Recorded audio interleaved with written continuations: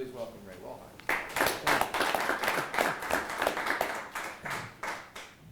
Well, after being put up on that pedestal, Terry and I were also both part of the track team here at Villanova, and if I were in my younger days, I'd run as fast as I could, because I don't think I can live up to that reputation. I'll give a little bit of an intro about myself, and I also have two august friends here who really are far more wise than I am. But I think it's also relevant in the discussion area because there is no one approach, no one right answer or perfect formula. And people oftentimes ask me, what is angel investing, and what's an angel investor? And that is I oftentimes make it synonymous to what's healthcare. It is so broad and varied and all different flavors that it's helpful to have some good opinions. As Terry said, I'm Ray Walheim. I had my business undergraduate here, also my law degree here. I was a corporate securities attorney for some period of time, practiced a lot in the venture capital and private equity space.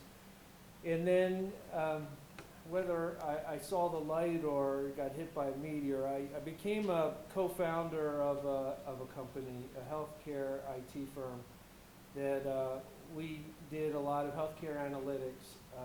And we were fortunate that we survived and successfully exited that company in 2011. In 2012, as I was kind of looking for the next chapter, I thought I'd try this investor side of the equation.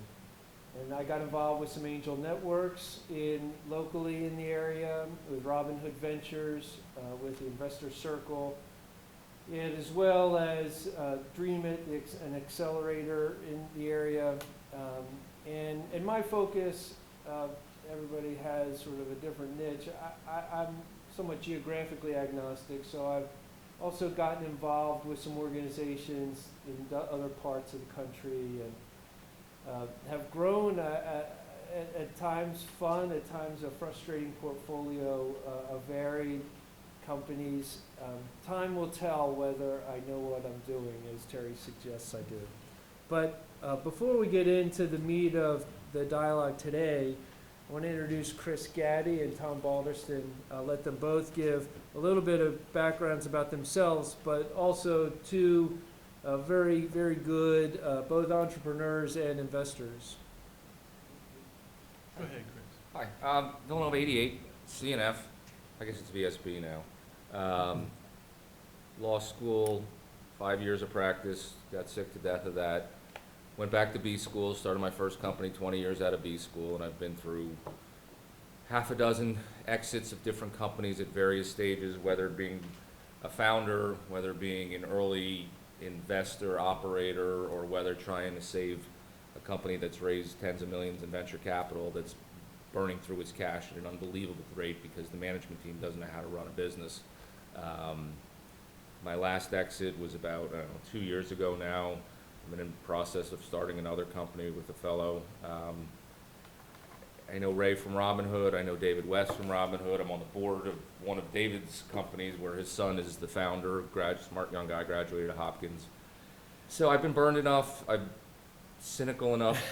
But there are certain repeating patterns that if you can recognize the patterns, you're going to not fail in the long term. You're going to fail in the short term, and that's okay failing in the short term. The worst companies to invest in are those that get to break even and never do any better so they can survive, but if you're an investor, you can't get any liquidity in your investments, and those things, if you start stacking up too many of them, they become real dangerous for your portfolio. So again, I've been on both sides of the table and learned a few lessons along the way. And I'm Tom Balderston, and I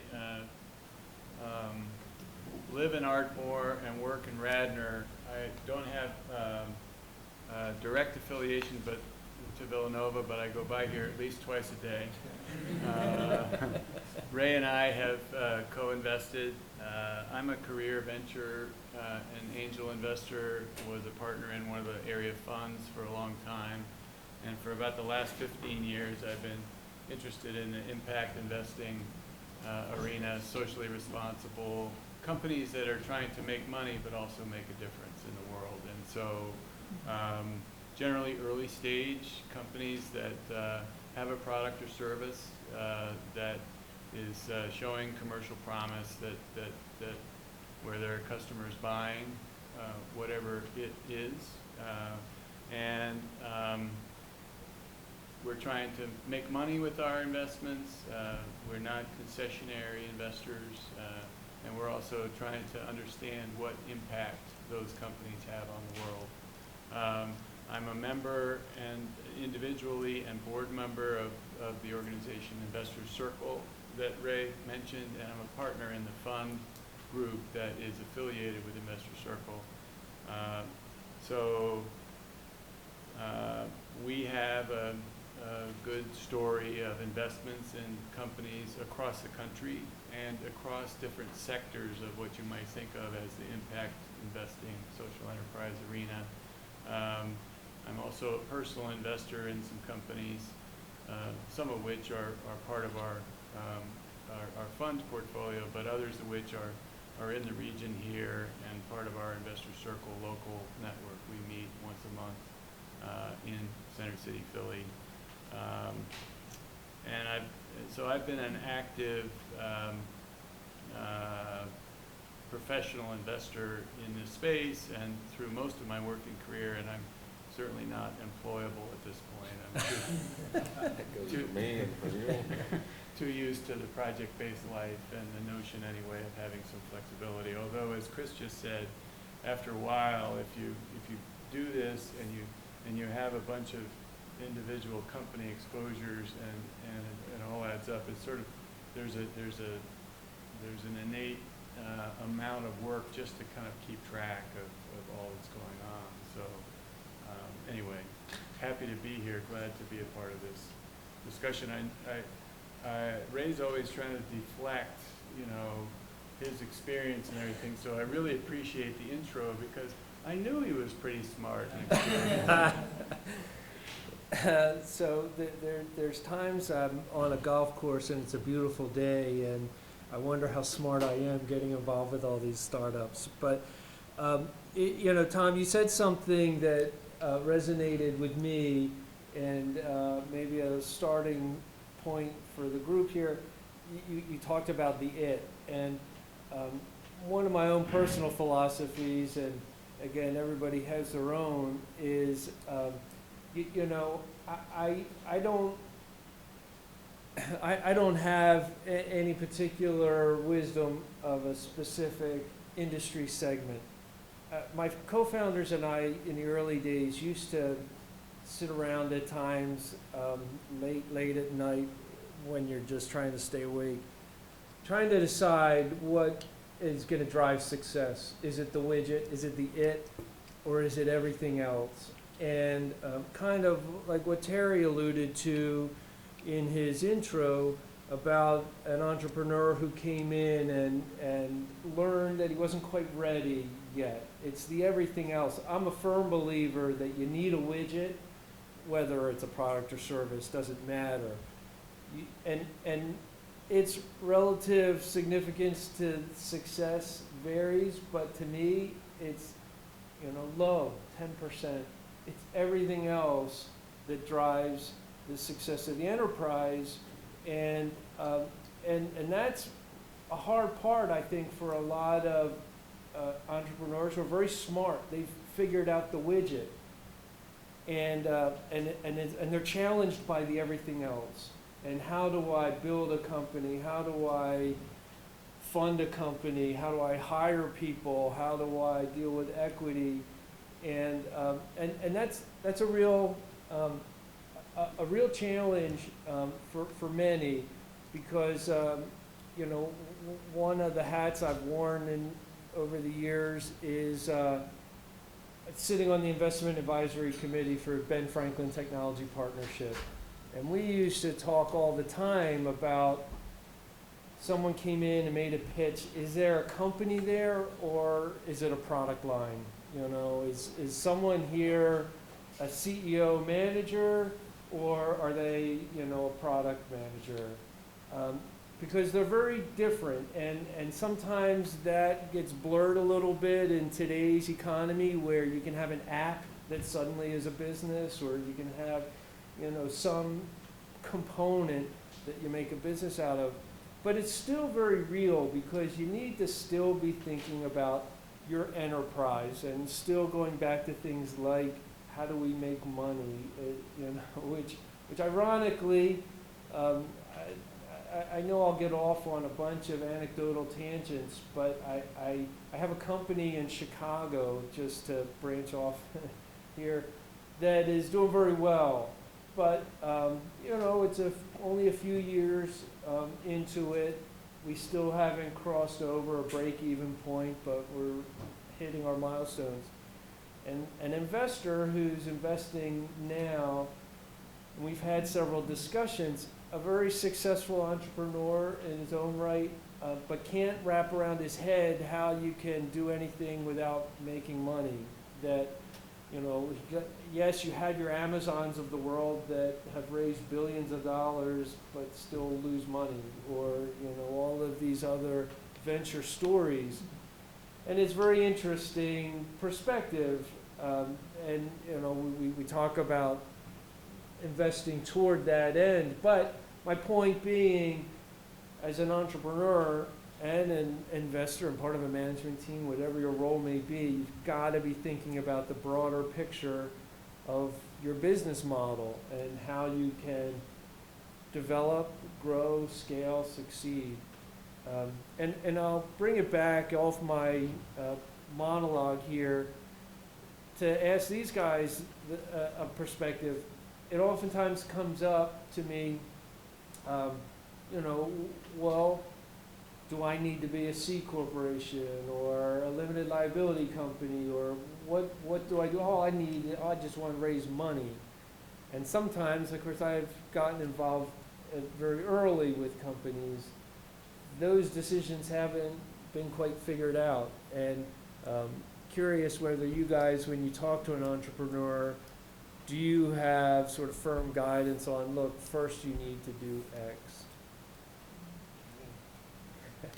So, my litmus test in anything is, are you solving a problem? Too many people start companies that they create a solution and go looking for a problem. They're almost always destined to fail. But if you identify a real problem and you can explain why your solution is better, and that people are willing to pay you money to solve this problem, and hopefully a lot of people have this problem, or else they're willing to pay a lot of money to solve that problem. Now, this is mostly business-to-business stuff. The direct-to-consumer stuff is a little more ephemeral, but that's the #1 failure rate that I see, is people create a solution and then they go looking for a problem. And as Ray alluded to, it's a different skill set to make a baby than it is to raise a child. So know your limitations, know what you're good at, and there's different phenotypes as entrepreneurs. I mean, I can tell within 30 seconds if the person I'm talking to has an engineering background versus a business background versus a liberal arts background. And they're all complementary, but know what you're not good at, as opposed to thinking you're good at everything. And you may not be the CEO just because you're the founder. It doesn't mean you're a bad person. It just means you can be value added to the enterprise, and you set up the cap structure so you get plenty of equity. But just because you founded it doesn't mean you're good at everything that needs to be done. And recognizing that early and where the blind spots are is really helpful in your path to success. And then not being so wed to, I came up with this idea that I can't be flexible enough to move as the market moves or get market feedback. And if I keep, you know, you have one mouth and two ears. So you listen to people twice as much as you talk to them. It's the same kind of thing. Listen to what the market's telling you, whether you have a viable product, service, enterprise, and adjust accordingly. Same thing on the financing side, which you can talk to more than I can. It's like dating. You really want to make sure all money is not the same, depending who you get it from, because investors can be advocates, supporters, fiercely passionate and loyal, but still passive and letting you run the business. Ray's very, very good at that. Other people can be a real pain in the neck, and they're obstructionists. So again, there's a variety of different factors, but so those are some of the ones that I tune into almost immediately. And I take a similar approach. We do.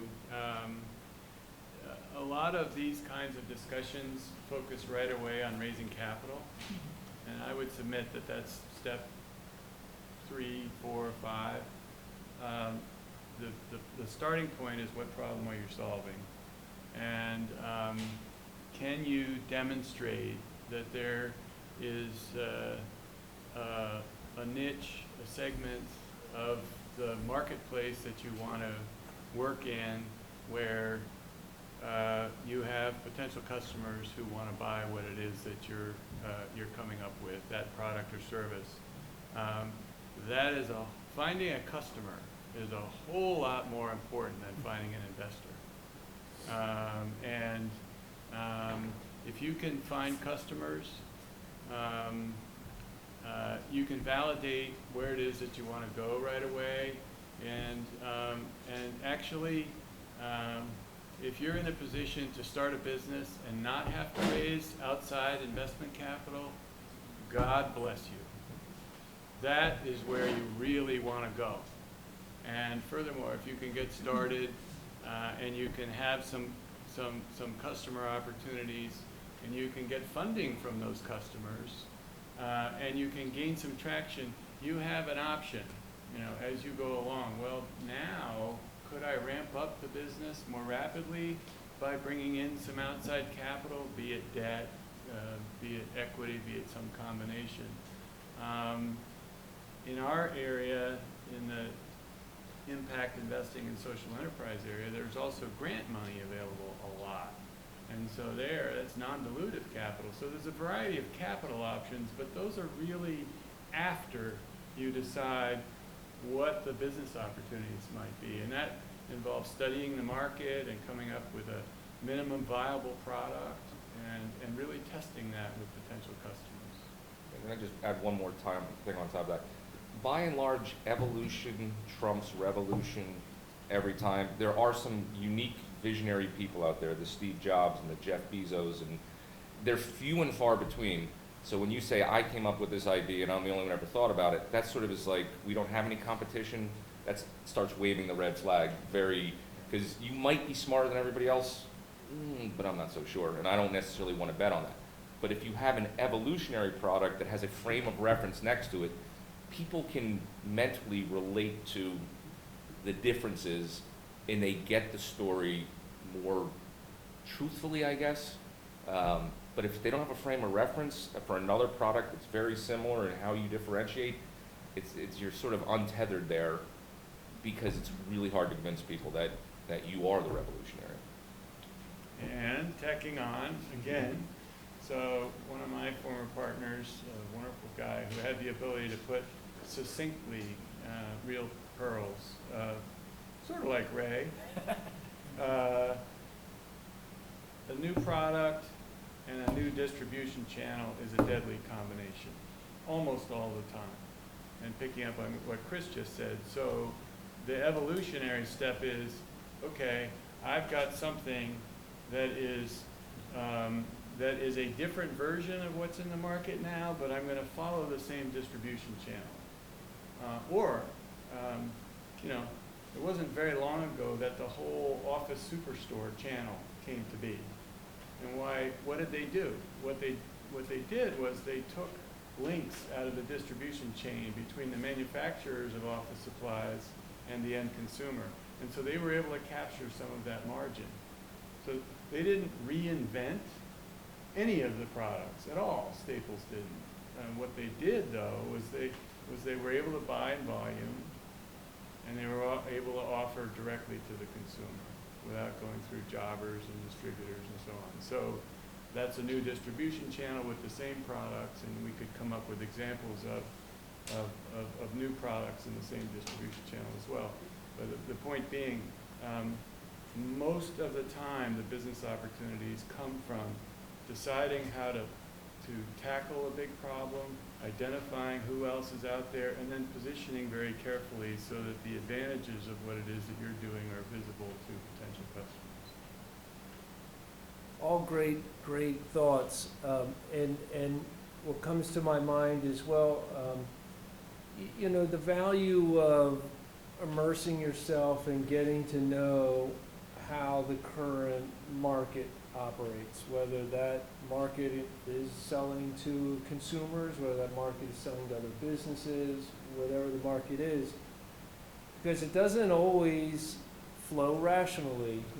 One of my co-founders was always frustrated that the idiot customers didn't know what was good for them, and he was correct theoretically, but they were the ones writing checks. So it is important to get an understanding of what other factors go into a buy decision, and I can appreciate it's difficult to have sort of that broad perspective. Maybe, you know, you are a student, a researcher, a professor, or you're in some other line of business to your idea, and how do you get that wisdom? And it is important, not just the capital to help fund operations, but developing your team,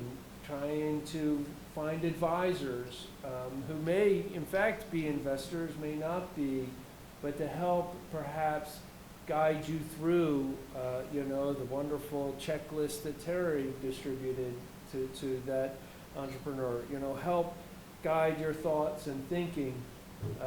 You know, I am personally one that doesn't get too riled up about the tactical, how do we approach something from an investor standpoint, the form of entity, the form of instrument.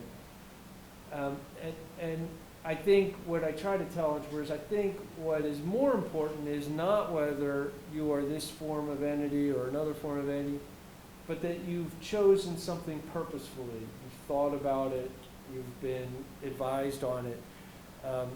You know, because some things don't always make sense.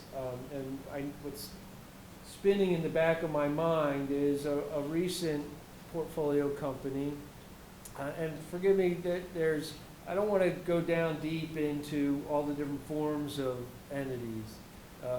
Perhaps some of it won't make a lot of sense to everybody, but there are different forms of entities, and there's these notions of limited liability companies or corporations that, you know, or your IBMs of the world, but in different types of corporations. And who, you know, perhaps your advisors are. Oftentimes, entrepreneurs don't know a lawyer, so they maybe go to a family lawyer who has, for different reasons, says, oh, you know, do this little family partnership, or do a... What's coming to the point here is this particular company was formed and was guided to be formed as a limited liability company, which there are pros and cons. And, you know, I suggested, since we're starting off out of the gate after a discussion of where they wanted to go, that perhaps they're better off starting off as a corporation, but it didn't matter to me. As most people, they didn't heed my advice, but came back 3 months later saying, we've got an investor, but they said we have to be a corporation. This is, of course, after we've already gone down the road. And so it is important to be mindful of all the different aspects of building your business. And that we will get to some of the types of funding and terms eventually. But one of the things that I want to throw in, another sort of preliminary thought on this is, you know, as you think about the enterprise and funding, maybe going out looking for capital, maybe it's, you know, hiring on talent or outsourcing talent for some things.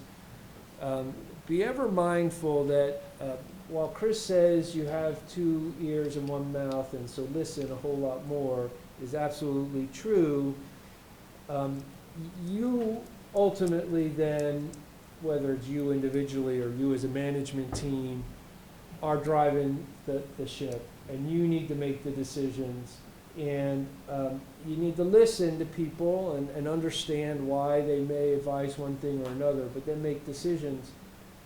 As I was thinking about this session, which had started off less,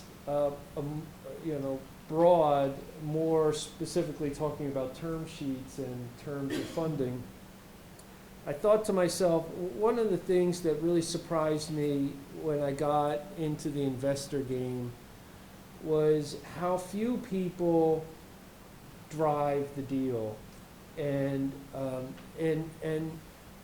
too often are just bending to whatever a particular investor says to do or not do. And again, heeding advice is important, but to me, the founder, the entrepreneur, is you're making an offering if you're raising capital, and you need a deal that we can both live with, but it's your deal, not my deal. And I would say way more entrepreneurs come to me asking me what the terms ought to be, rather than coming and approaching me with what the terms that they are looking to do a deal with. I know it's not so simple, but I'm getting off track. So, But I'd say to you, his point, one of the most frequent and painful discussions come down to valuation. So you'll have all the terms in place, and the entrepreneur thinks the company is worth $6 million pre-money, and the investor is like, maybe it's worth $2 million.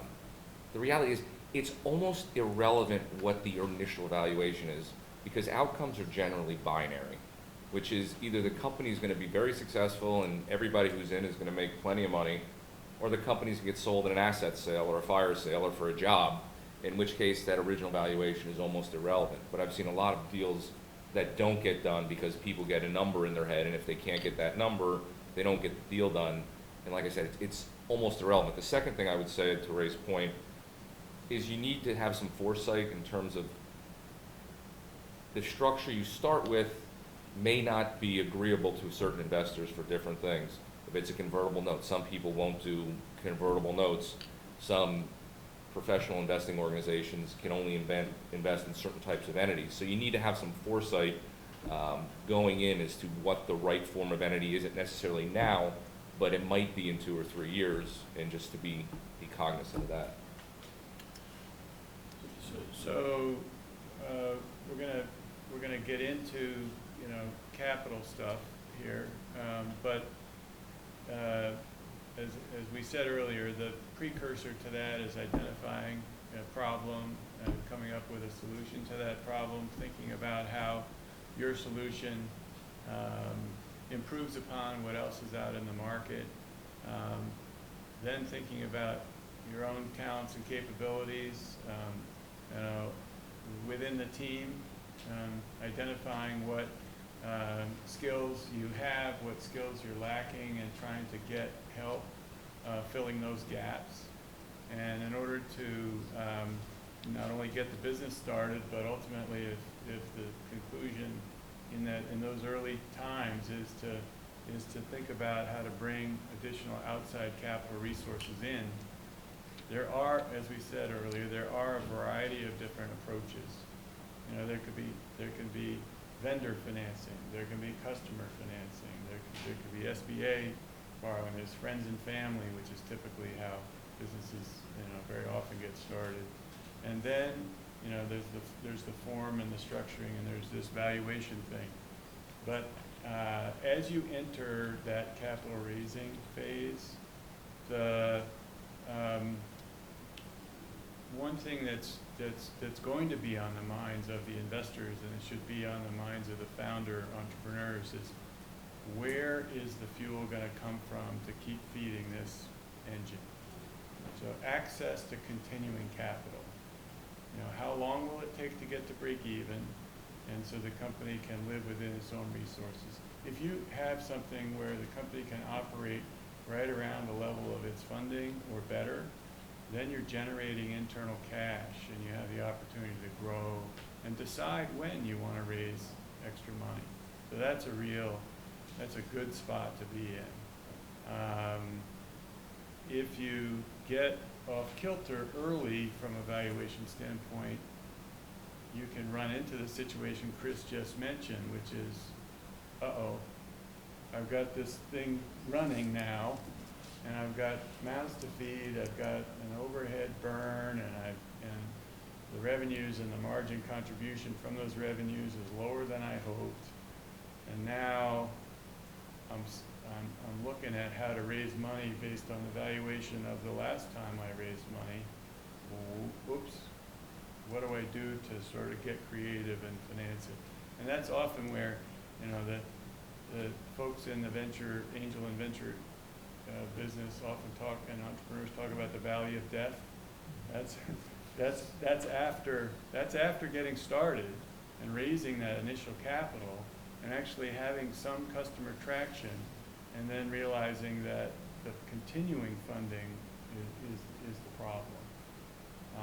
And so there are decisions to make early about how to position it and identify what is viable early and what is scalable, and then gradually growing sort of the level of resources and the organizational team.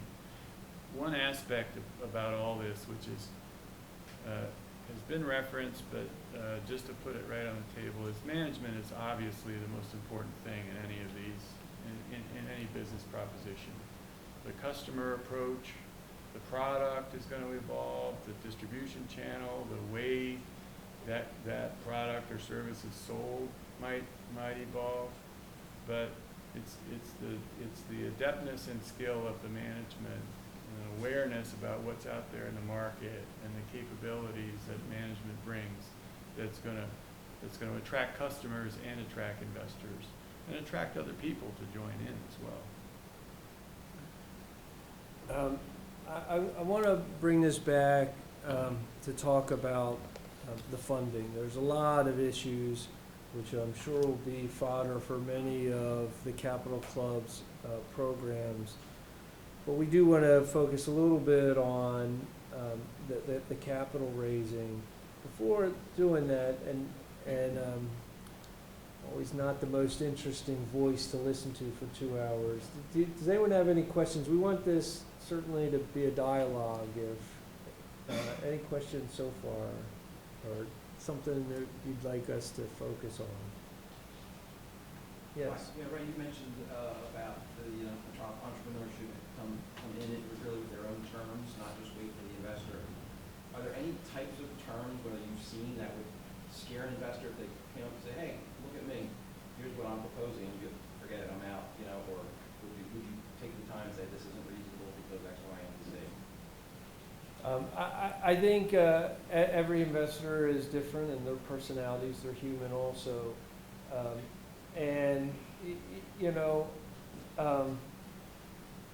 Well, I was going to frame the next part of the discussion as entrepreneur comes in, what do you want to hear?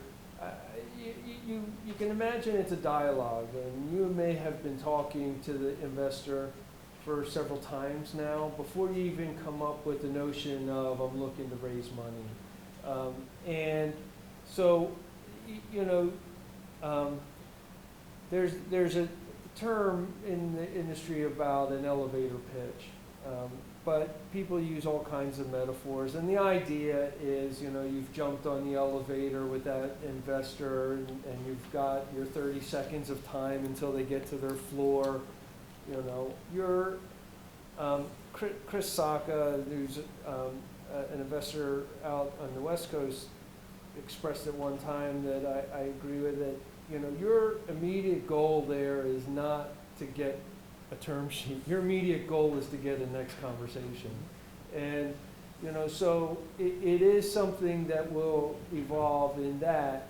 and there will come a time when you're discussing the terms, and, so it's not, a take it or leave it sort of, here are the terms, you win, can scare people off. And, but certainly presented with an air of, because it is a negotiation, an air of, we're open to discussion, but here's what the term looks like, doesn't scare me off. Now, it sparks in my mind an aspect of that. As you talk about the form of instrument, and at a core traditional sense, you're selling equity in your company, but equity isn't the only kind of source of funding. And at times it becomes popular. People want to have debt, or convertible notes, or what is a creation from the West Coast of about 2 years now is something called a SAFE instrument, which simplified something. Agreement for equity. equity. So it's not equity, it's not debt, but it's a contractual kind of commitment. It's a way of kicking the can down the road. It is. It absolutely is, and it's because people don't want to talk about valuation and But I can tell you that I know investors who are this way. I know entrepreneurs who have run into investors this way, who will say, we're offering a safe, and they say, I'm not doing it. I don't want anything to do with that. And the same may be true for convertible debt, or, so I still hold committed to, you're the one driving the terms. What are you willing to accept, and what are you gonna offer? But at the same time, it's a dialogue, I think you'd be in agreement as an investor that you'd like fixed terms when you make an investment. You want to fix a valuation, so you've got not the kick it down the road problem.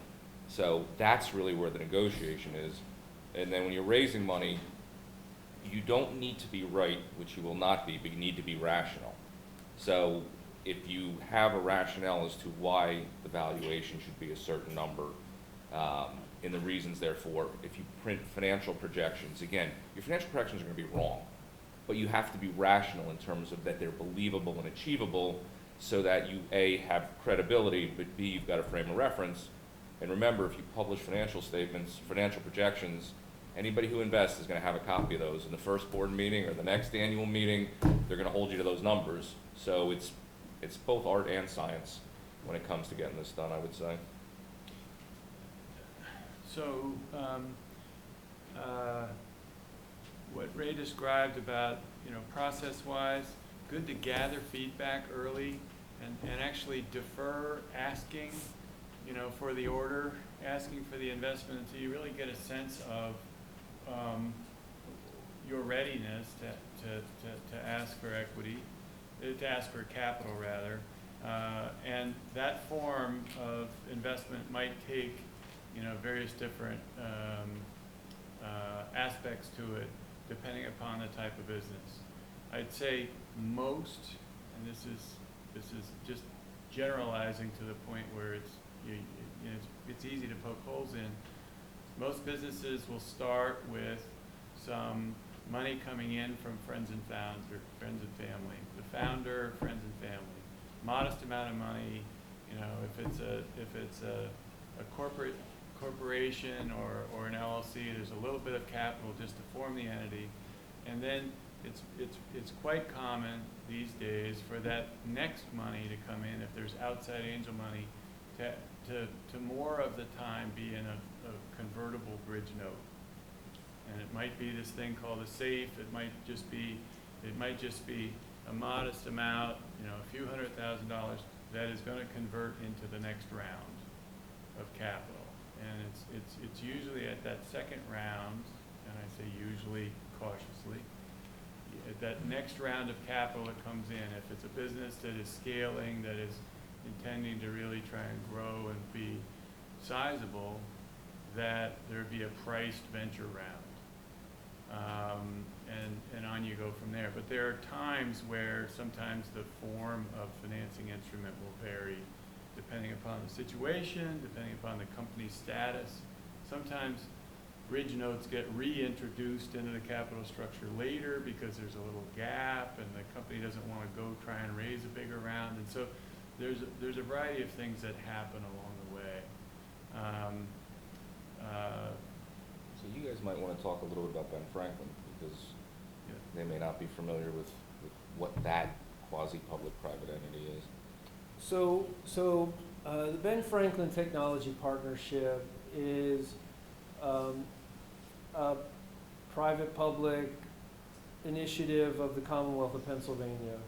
There are 5 regions within the Commonwealth. We happen to be sitting inside southeastern Pennsylvania, Ben Franklin, southeastern Pennsylvania.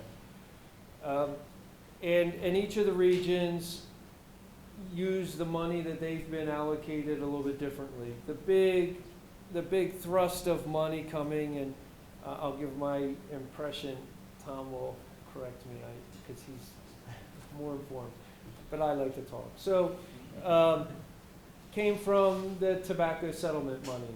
So a lot of states all, when their tobacco settlement windfalls, that what are we going to do? Let's use this money for economic development purposes to spur innovation, et cetera, et cetera. And so the Ben Franklin Technology Partnership, which preceded that but got a big funding boost from the state, from the tobacco settlement money. Southeastern Pennsylvania, because of where we sit and having the Philadelphia metro region and the educational institutions here, is a bit perhaps more advanced, but they function as it's not so simple. They're an investor, but they are also an economic development engine. So they're not an investor necessarily as Tom or Chris may look at an opportunity, because they're also mindful that, hey, we haven't funded anyone from Ray's district yet. We need to. They're not just looking for monetary return, although they do have that in mind because they hope that the money they put out there will come back and there'll be more money to put out there more. But they're also interested in how many jobs will this venture create in southeastern Pennsylvania, by the rules in Pennsylvania. But, so there are definitely governmental economic development factors going on in the analysis, but they invest in companies, not necessarily startups.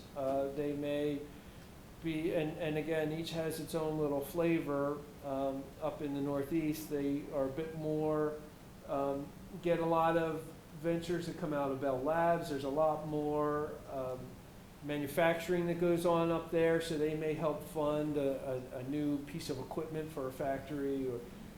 Or, generally speaking, they're not sophisticated investors. I say this as part of the people making those decisions. But because they're not strictly an investor and they're making other decisions come into play to fund some money.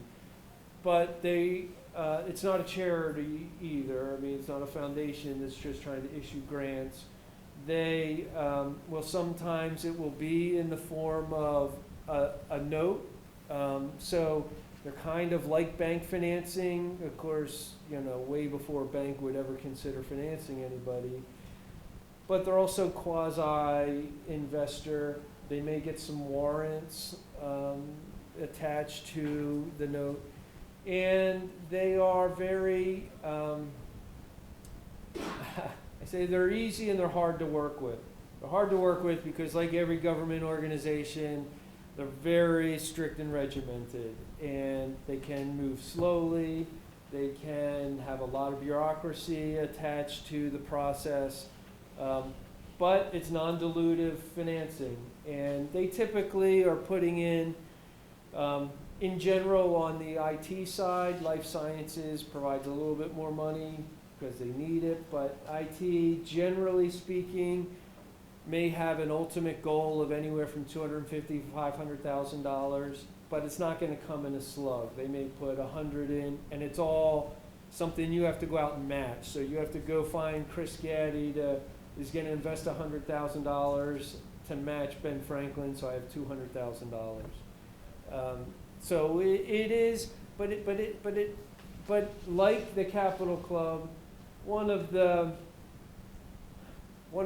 positives, I think, of Ben Franklin is they try to help you. I mean, not just in the money. You work with an advisor, a mentor. They try to, introduce you to people in your industry. There's other entrepreneurs. A couple of the companies in my portfolio have Ben Franklin money, so they'll go down once a month, not necessarily even to Ben Franklin, which is down the Navy Yard, but to all the CEOs of the companies who are available, get together and just share feedback. I just last week was talking with my CEO who got a good lead on an engineer from another CEO of another company, and word on the street was that there was a tech company in Philadelphia that was going to be tanking soon, and there was going to be some very talented engineers available.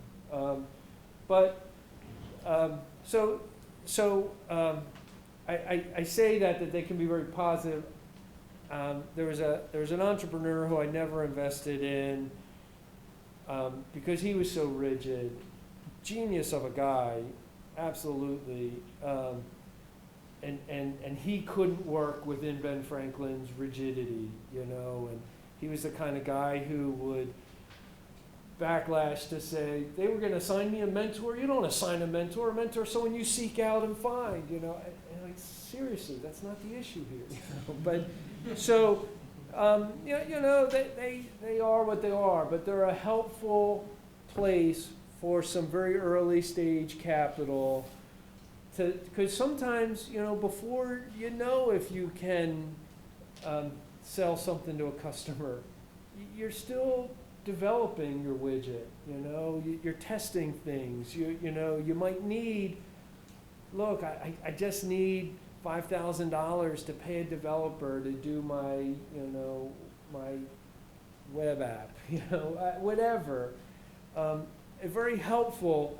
To do some of these real quick project things. I mean, it's not generally going to be the money sufficient to carry you to scale an organization. But it's helpful in the investor community oftentimes, because while the bureaucracy may, be death by 1,000 pinpricks, they're, will do a lot of diligence on you and your market and your competitors, which is helpful for other investors to share that, to get a sense, to help, with the matching investment, to help with other investment in general. So they're absolutely a community partner in that regard. Yep, that's well done. That was a good description. Ray, by way of full disclosure, I'm on the board. I know you are. But that is quite accurate. Keep in mind the last point Ray just made, the good housekeeping seal of approval. So Ben Franklin is one resource in this region, and as Ray mentioned, there are other regions around the state where there are other Ben Franklin offices. Ben Franklin here in this region is one of the recognizable names, resources in the capital and entrepreneurial channel. So depending upon what kind of business you're contemplating, they are a resource. And there are other examples of organizations like Ben Franklin that provide a similar endorsement value for you. And so just look around, you know, rather than launching right away, think about what alliances you can form, what networks you can tap in order to sort of establish early momentum. In that regard, there are lots of businesses these days, particularly in the technology arena, that are going through entrepreneur challenges, business plan challenges and things like that. And that's another form of non-dilutive capital. You don't want to get carried away with entering a lot of competitions all the time because you've got a business to start and to run. But there are lots of folks in the entrepreneurial arena who are saying, who are entering those as a means of gaining visibility, gaining, you know, building their networks and getting bits of money to help them get started. So that's another avenue that is being tread pretty frequently these days. Yeah, I would just echo, your time is so very important, and you know, it's the one thing that you can't expand, and so you need to be, I tell my entrepreneurs, you are always fundraising. Even when you don't necessarily have an offering going out there, you're always fundraising, and it's very tiring. Look, you know, you guys may know the numbers better than I am, but for sake of scale, it's not easy to grow a business, to succeed. Survivability is a great attribute, but these numbers are in my mind. They, I'm sure, have been updated, but on average, call it there's 50,000 companies are raising money or looking to raise money every year. I'm sure the number's much higher because of the friends and family and the person who starts their business off their credit card that never gets sort of into the spotlight.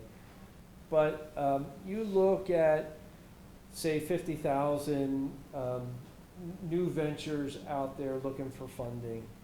The institutional venture capital funds that you know, sort of get more press, if you will, do maybe around 4,000 deals a year. And 3/4 of that, so call it another 3,000, or those 3 of those 4,000 are all deals into an existing portfolio company. So they're only funding 1,000 new companies a year.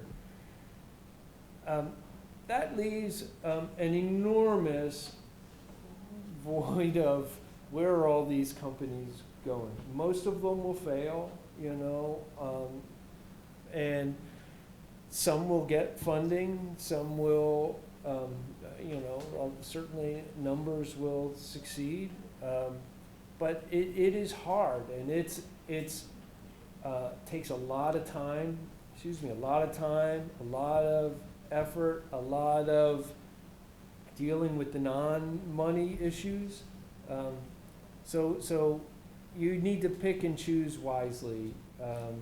You know, I know Tom and I at different stages have both been involved with an event in Philadelphia that used to be called the Mid-Atlantic, the Capital Conference. well, now it's called something else. Well, ABF PACT. or The PACT, PACT, PACT but conference. it used to be the Mid-Atlantic Venture Conference, and it was a giant 3-day event. It's been compressed a bit now. And back when I was involved with it, people were always looking for how do we get the best, you know, companies in there. And you try, but, you know, adds an awful lot of time for a young company to spend in the convention center for 2.5 days. Yes, you'll meet some investors who'll come through, but my point is you need to pick and choose your places. And To follow up on that real quick. yeah, go ahead. So, this is an entrepreneur's truth that you have to come to realize, which is you spend all this time, energy, effort conceiving a company, getting traction, going out, fundraising, pitching. You get the term sheet and you get funded. You're exhausted. But your investor, it's day one. It's okay, let's go now. Like, they don't care about the past. They care, it's T+1 on the day that they invest. So you've got to sort of hit the reboot button and realize that you're just starting your journey with them. And it's kind of depressing in some respects, because you feel like you've hit a milestone that's an end point, and you just hit the beginning point. So.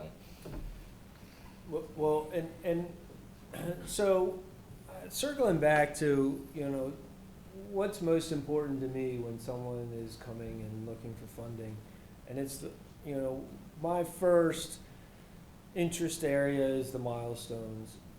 You need to be thinking, I emphasize with young companies all the time that you need a capital strategy, and too often it doesn't go much deeper than this funding will, cover me for 12 months or 6 or 18, pick your poison, but I would say you'd like to have a year and a half of runway. But I'm not a fan of you just bought more time.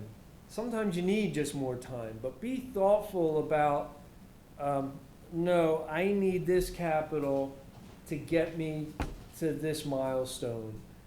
When I've reached this milestone, I'll be able to perhaps raise additional capital or be eligible for this grant, or be able to land this customer, and be constantly thinking of where's my next step.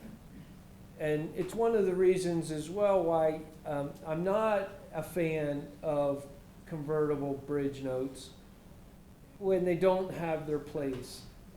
As I said, I've invested in a lot of them, but it's frustrating. There's an old cliche of the bridge to nowhere.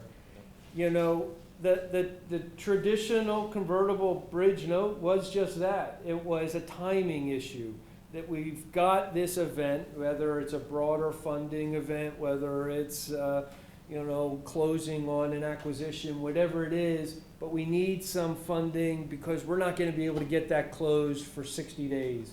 So we need to, and so because you're taking that extra risk, you're going to get some sweeteners in the deal, but it'll convert into that transaction.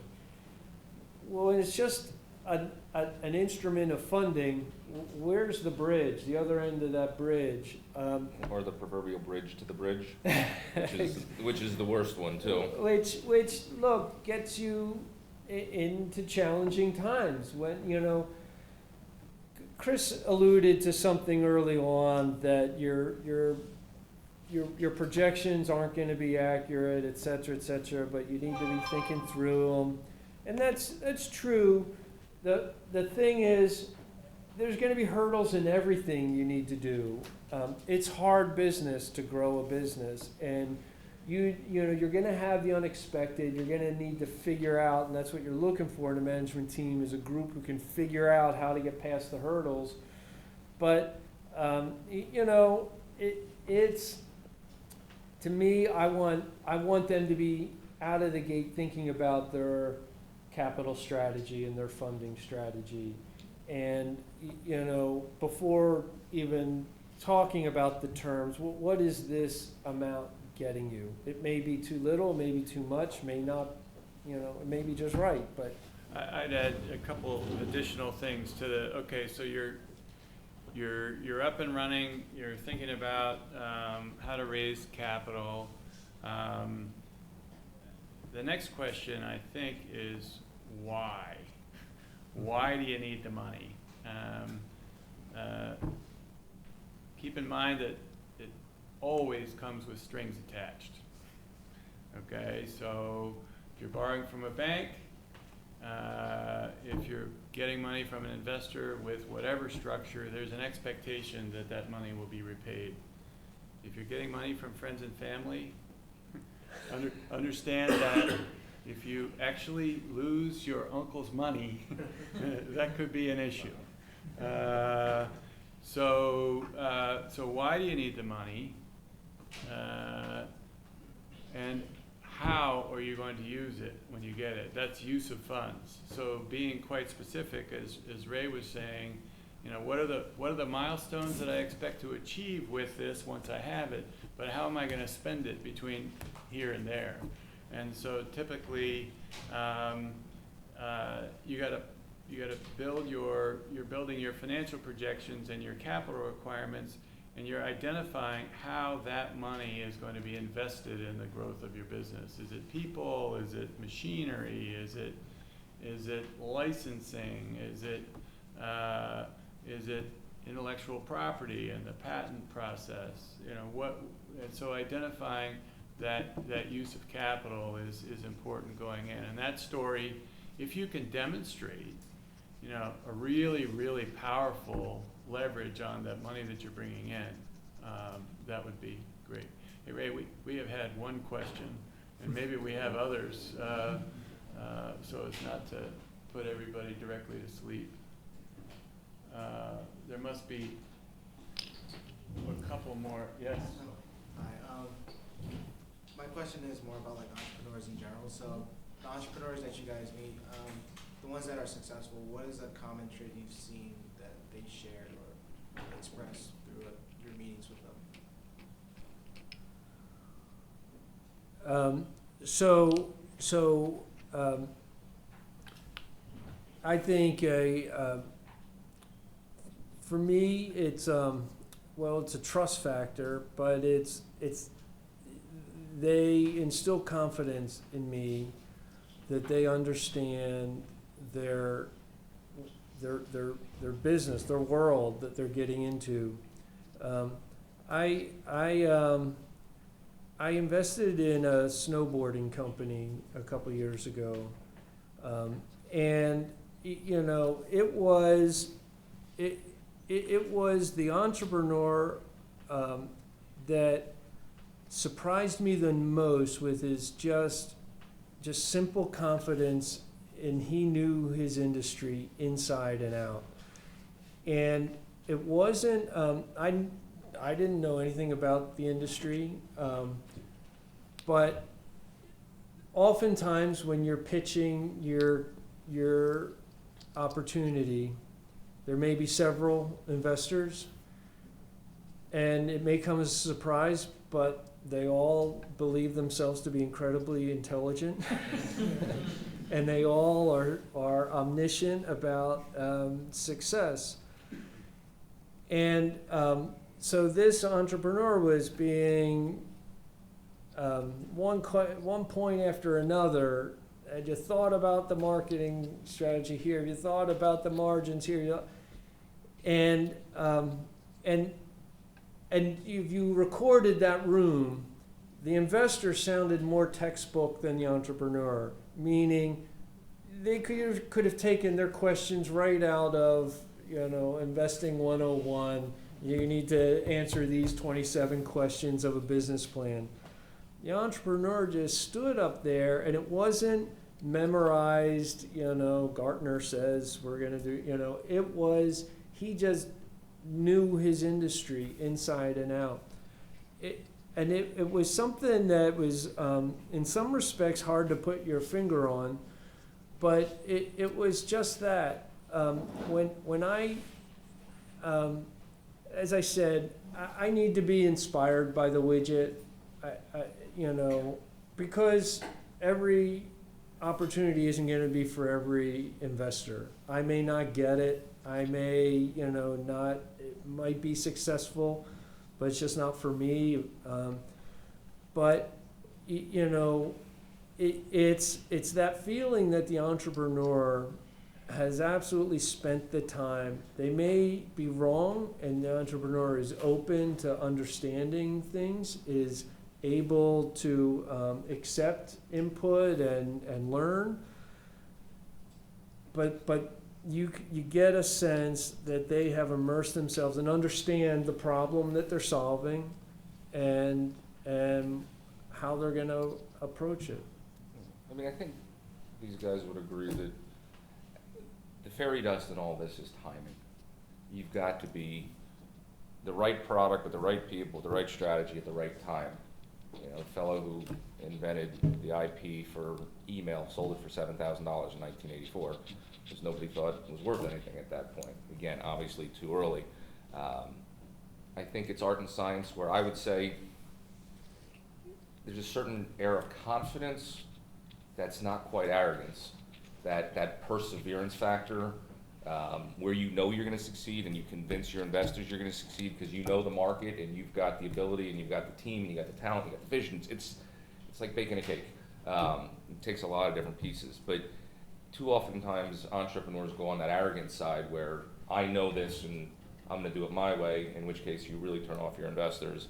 Other times they don't have enough commitment to a vision. I mean, I think that's what happens with a lot of entrepreneurial companies is in order to generate cash flow, they start doing things that aren't core to mission, and they never really get to that mission because they kind of start doing a lot of little different things that might keep the lights on, but they're never going towards the goal.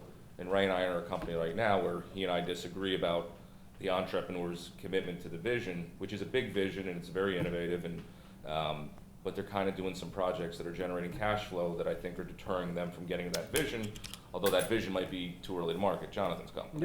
Yep. So there's a lot of landmines along the way. Similarly, you know, on the flip side, I have a company out in San Francisco that was creating a platform and an opportunity to simplify the process for adoptions, and they were gaining traction. They were hitting development milestones from an engineering perspective, but it was a slow process. It's not the most sexy area out there, and they were finding during the development process some related opportunities just in placing foster care. The larger investors, the institutional investors, were put a lot of pressure to move away from the adoptions. Let's just focus on the foster care, because that was low-hanging fruit and they were able to generate some money. And we thought long and hard about it, but you know, it is, as Chris is saying, people won't always agree on where you should be going. You know, you pick your investors wisely because they will be at that table at some point. And you know, you may find yourself diverting from your original plan. Maybe it's just a detour to get there. And certainly there are some detours that can help finance some of the development of the broader vision, but there's also the risk of getting off track and wasting your time. These guys covered it. I would just add the knowledge and experience and bringing a game plan to the table. Also, coachability is important. So I think there's a sort of a combination of factors, and there are a bunch of intangibles that weigh in. And actually, one of the things that points to is just as investors are sifting through a lot of potential opportunities and trying to pick the ones that they think will be successful, and oh, by the way, most of them aren't, even for investors who've been at it for a while. So just as investors are doing that, entrepreneurs should be doing the same thing, looking for the best match. What's the skill set of the potential investors that you're talking to? How can they help coach you and mentor you? How are they plugged into the marketplace, and what kind of understanding do they bring?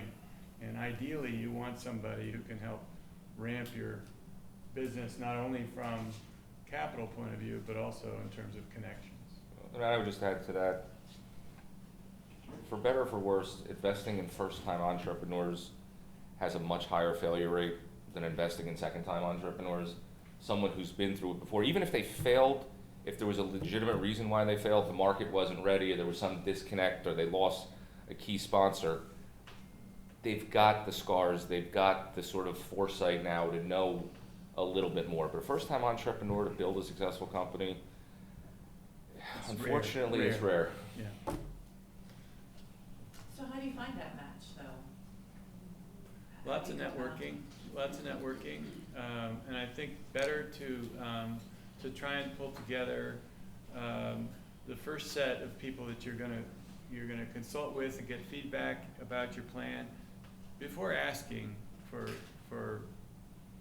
money directly. What you want is advice and input, keeping in mind that, I think this was said earlier, you've got to decide out of all of this feedback you're getting, you look for consistency in the message, because you're going to have somebody saying, you know, what you really need is a blue one, and you're going to have somebody at the other end of the spectrum saying, if it's red, people will buy it.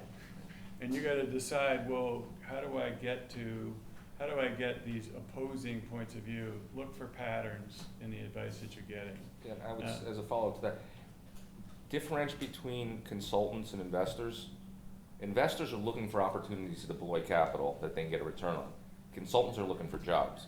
So if you talk to people who, yeah, I can help you, just pay me this or that or the other thing, you're going to fall into a trap real quickly. So it's a very different mindset. And just one other follow-up with that, investors, be it individuals, be it funds that are professionally managed, they're looking to put capital to work. People think there's this big power imbalance between the capital over here and the entrepreneurs over here.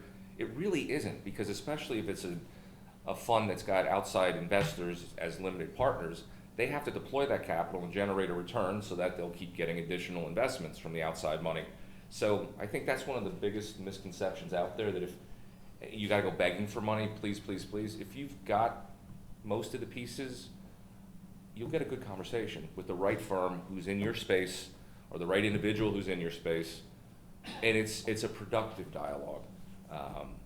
The in your space part is important. So depending upon what kind of business you're contemplating, doing some research to sort out who in this region actually works in that field,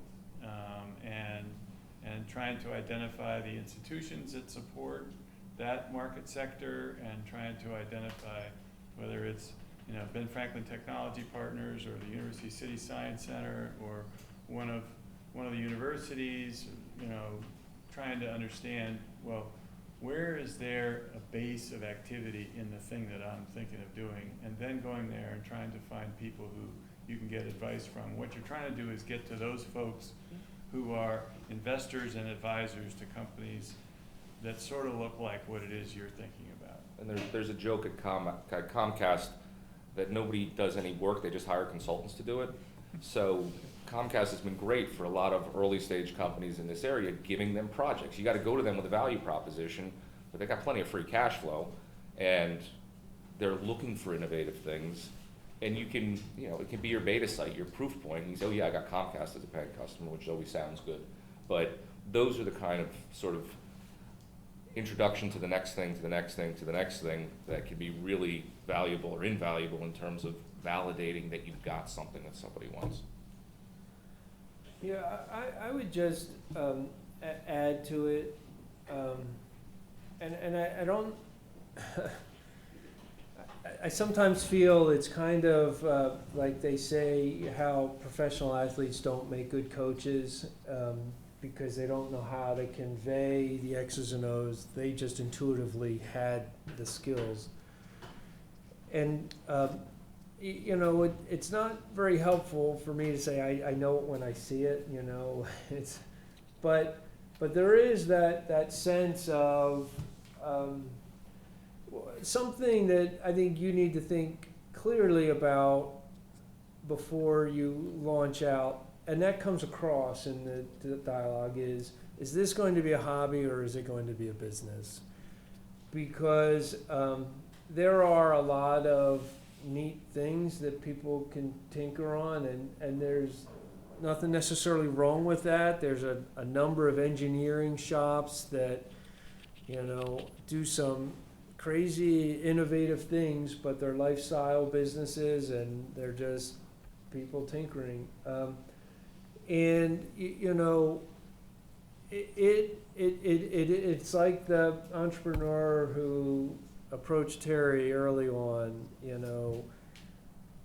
they had no concept of the magnitude of what it meant to try to go out and do a venture.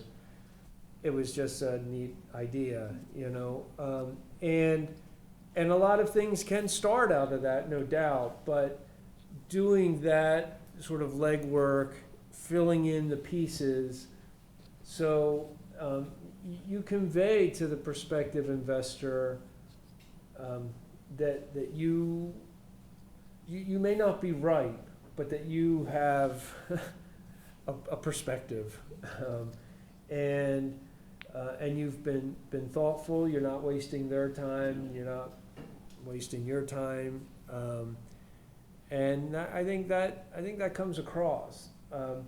There's a criticism of some investors, particularly institutional investors, of dealing with other people's money.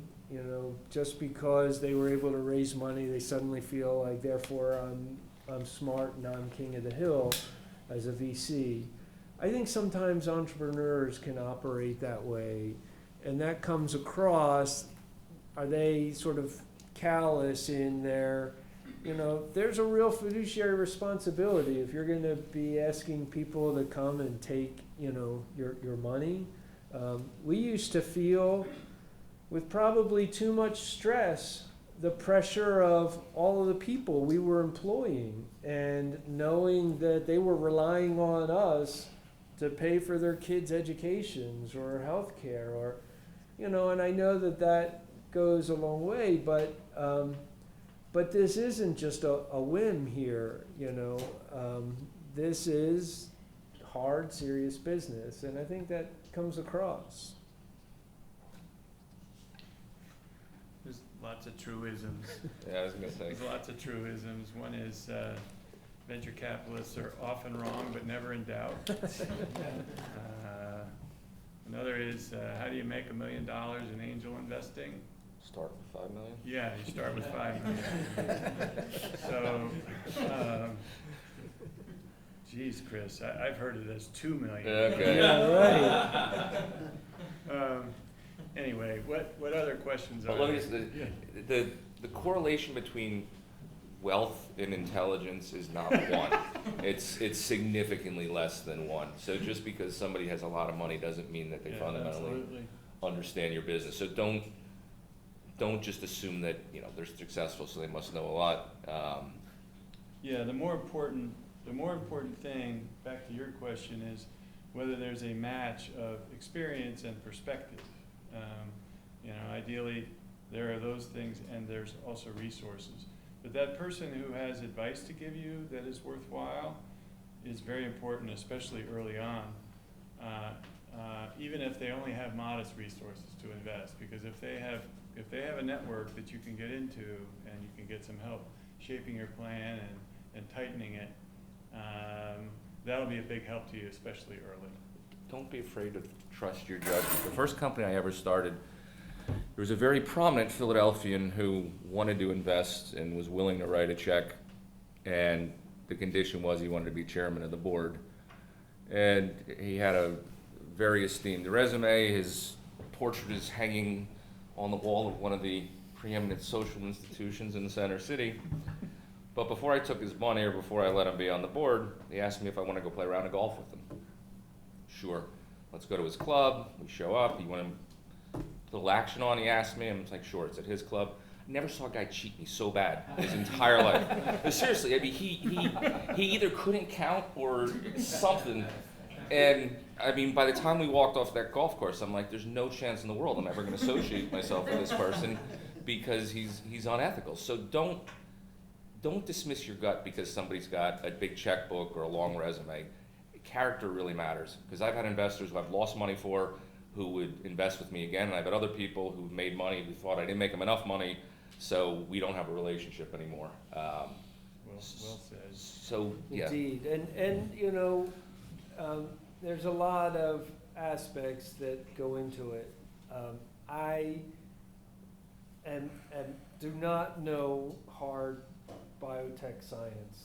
I have a number of biotechs in my portfolio, and there was someone who approached me one time about being on the board, and I felt as though I'm not the right person to be on the board. I don't know the science.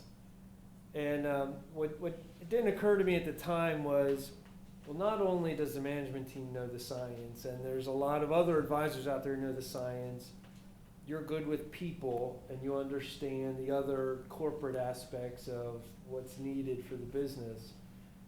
And so there's a role to play there, you know, so when you're looking for that match, you know, they're probably one of the reasons why we were successful in our business was because the co-founders were different and similar maybe, but we complemented each other and there's a lot of angles that have to be attacked in succeeding.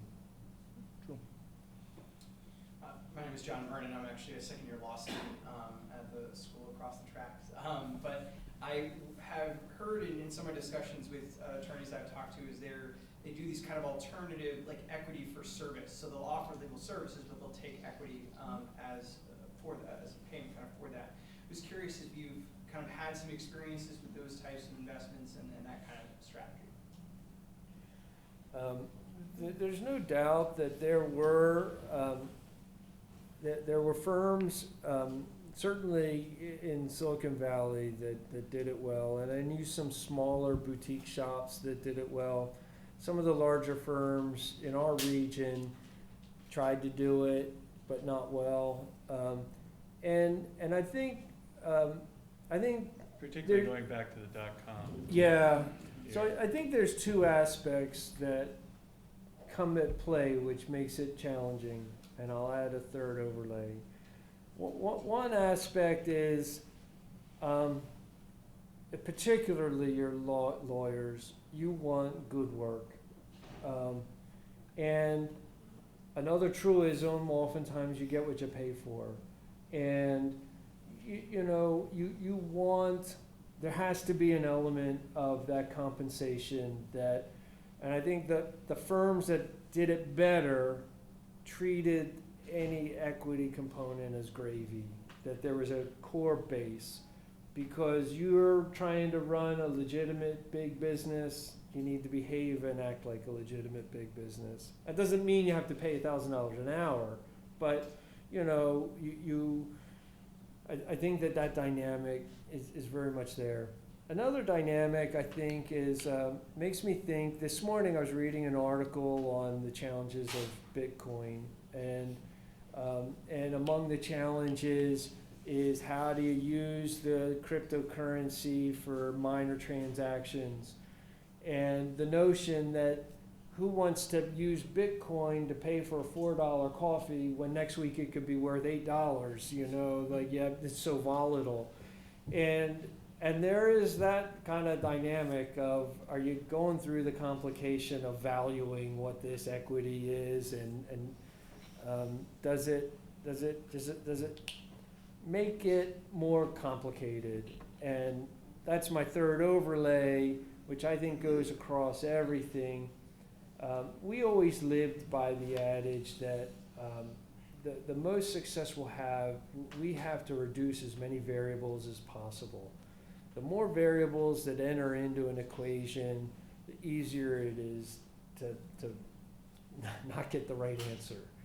And, you try to keep things simple, whether it's working with your investors, whether it's working with your employees, because life isn't so simple. There's a lot of complicated things, but don't add unnecessary variables. And, when you're mindful of your cap table and ownership, was somebody pretty loose in giving equity off to this person, or there was a recent Bloomberg Businessweek article about the fall of the CEO of Uber, and how, you know, the infamous, you know, debate on video with the Uber driver, and tried to reach a settlement that he was gonna just give him some Uber shares, and like, all of that kind of stuff is messy and unnecessary. But it happens out there. There are advisors, it goes beyond lawyers. There are advisors out there who are willing to make an investment in you, which is what they're doing. Yeah, just be judicious with equity and promising grants of equity to people, because you have a finite pool of equity. And the worst thing that's happened, and I'm sure it's happened in your experience, is where, you know, there's two co-founders who own the majority of the equity, and then they don't get along anymore. So now you've got somebody who has nothing to do with the company anymore, owns 30% of the outstanding equity. And that's a really horrible situation. I've seen it with lawyers as well, where they've taken equity and then they leave the firm, or they don't want to use that firm anymore, and now you're saddled with 2 or 3 or 4 points of equity going out here. So be very judicious with equity. If cash flow is good and you can pay people bonuses, that's great. Lawyers will work in arrears for an extended period of time if they're any good at doing emerging company stuff. They'll put a cap on you, and you got to pay them like $2,500 every quarter because they'll stop working for you. But those are the kinds of things you can manage. But I'd rather have a $10,000 legal bill due than have $10,000 in outstanding equity that I'm never going to get back. Well, I would simply add in the judicious with equity, I mean, and you're looking at your early employees, and much of which historically, though there's some tax debate to change it, but there's historically, you're gonna pay less than market rates, and people are attracted into an entrepreneurial environment maybe because they can get a piece of equity in the company, an option plan or something along those lines, which is all fine and good. But in the world as well of reducing variables, you want your key employees focused on the business. You don't want them worrying about how they're gonna pay their bills or whether they can turn the lights on. And they can't pay the bills with their options. So everybody's situation is differently. There are employees who have savings, or employees who have been, you know, had perhaps a hit in some venture business before, that can go without the need for cash, and can themselves make an investment in the company, but always be mindful of that. Go ahead. Actually, I'm quite on your behalf by asking this. For those that are actually going to go ask for money, and they go to an investor such as you for the very first time because it's their next step in developing their product and getting your business going, could you talk a little about what is it that you offer? Like, somebody needs $100,000. Do you want 10% equity? Is that 20% equity? Do you want a royalty? How does it even work? Talk a little bit about, give me a couple scenarios. So a lot depends on the stage of the company, but I'm going to presume it's an early stage company, because there are many textbook types of valuations for a business that's more established, you know, but those don't really work real well in the nature of a startup. And so there was always in some traditional sense that that first round, that seed investment, was going to be 25 to 30% of the company.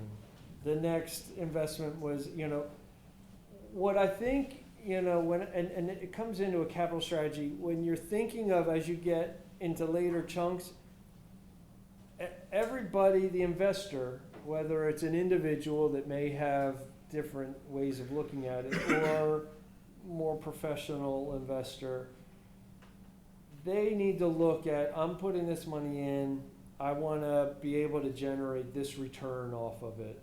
So let's say I'm going to put $100,000 in, and I want to see that I could get 20 times my money back on whatever my time frame that I have in mind. Now, it sounds like a lot of return, but because there are going to be so many companies that aren't going to return, too many that won't return anything, when you're looking as an investor, you're almost always looking at every opportunity needs the potential to return 10 to 20 times my money. And so when I'm thinking about the 100,000 and the return that I'm looking to get out of it, I have to be thinking of, okay, if this is 10, if it's 10% here, what does that mean that the company needs to be able to exit at some value? Does it have the potential to really do that? Because if the numbers don't add up there, then it's not going to work. As Chris had said, it's as much art, if not more art, as it is science. There are a lot of averages. The Kauffman Institute out of Kansas City tries to gather information. It's all free will fed, but from angels around the country about the deals that they do, and they try to gather information. And while there are regional anomalies, for the last 30, 40 years, the average angel investment pre-money valuation has hovered between $2 and $4 million, give or take a little bit. And so, you're going to put the 100,000 in. What is that going to equate to? If it's a $2.5 million pre-money. Now, as Chris said, the pre-money valuation people are skirmish on.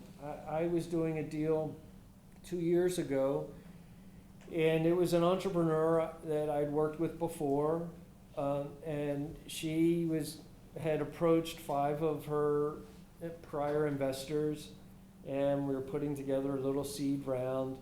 And now she's on the West Coast, and I know valuations tend to be higher, cost of living's higher. And she was looking for a $7 million pre-money valuation, which felt kind of expensive. And we were saying that seems a little expensive. The end of the story is, as she was closing out the round, a big name investor, which happened to be first round capital, was interested. And then suddenly everybody in the world was interested. But we ended up doing the deal at a $5 million pre-money valuation. My point of it all is that I was ready to do the deal, because arguing over whether it's a $5 million pre or $7 million pre is immaterial in the long scheme of things. Now, I'm not saying I took it cavalierly, and we had a dialogue, but I knew this entrepreneur, and I was willing to back her again. And as Chris said, if we're successful, that $2 million swing doesn't mean anything to her or to the investors. So don't get too hung up on minute, they're absolutely, if someone comes in and says, I'm a 20 million, when I was a lawyer, I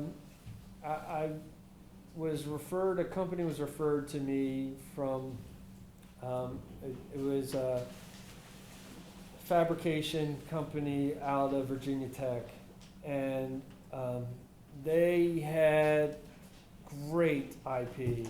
I mean, just a wonderful company. And they had gotten some local Blacksburg businessmen who were the early investors. Horrific experience, as Chris was saying, meaning they had all kinds of strings on there that was just a muck, for any future investors to come in. They were riding a big wave of some money that came in the early part of the 2000s. And we're doing real well. Goldman Sachs had a fund that wanted to put money in there, and it was at like a $150 million valuation. They said, no way, we're $300 million valuation. And within 6 months, the telecom industry had crashed, and all of their buyers of the chips was suddenly depressed. They were struggling to find money just to keep them afloat. That's when they were referred to me. I don't ever get any good referrals. I get the, and within a year, they had liquidated in bankruptcy for under $3 million.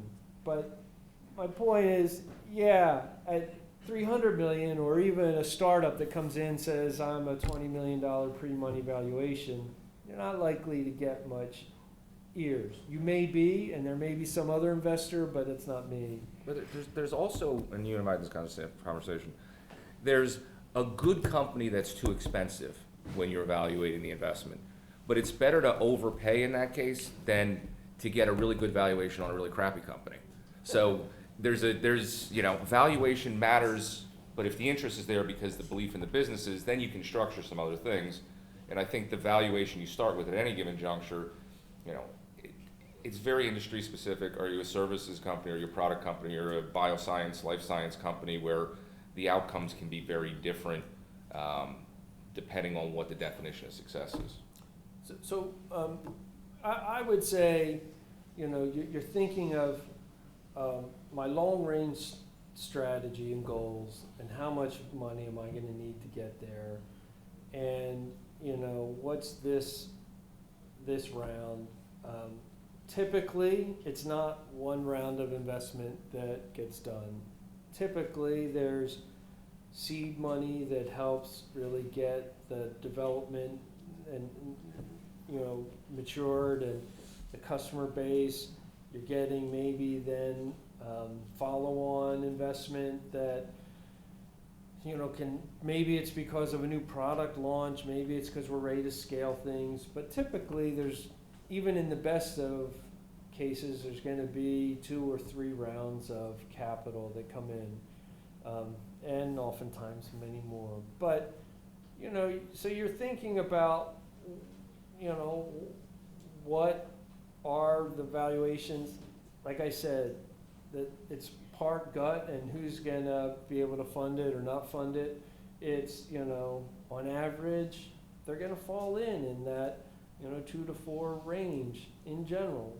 Some may be able to feel compelled because of nuances in their business. They can get higher than that. Some, it's where a lot of people punt on the convertible note to be able to say, we'll deal with valuation down the road, and you'll just convert this note at a discount to whatever that valuation is. But I think anecdotally, people are usually investing in any given round in that 20 to 40% range. And at the end of the day, a founder in a successful company that gets to a monetization transaction, whether it's they were acquired or whether they went public, and a founder that has double-digit equity left in the company is in good stead. Usually it's single digits, but.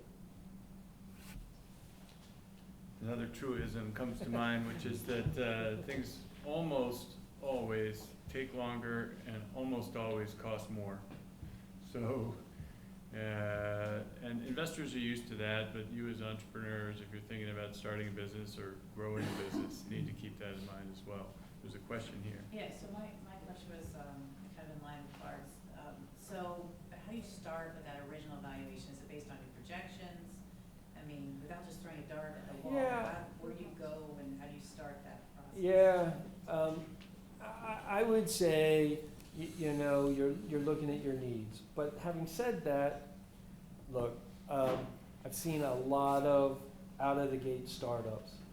Almost always that initial round of funding is $500,000 to $750,000 they're looking to raise.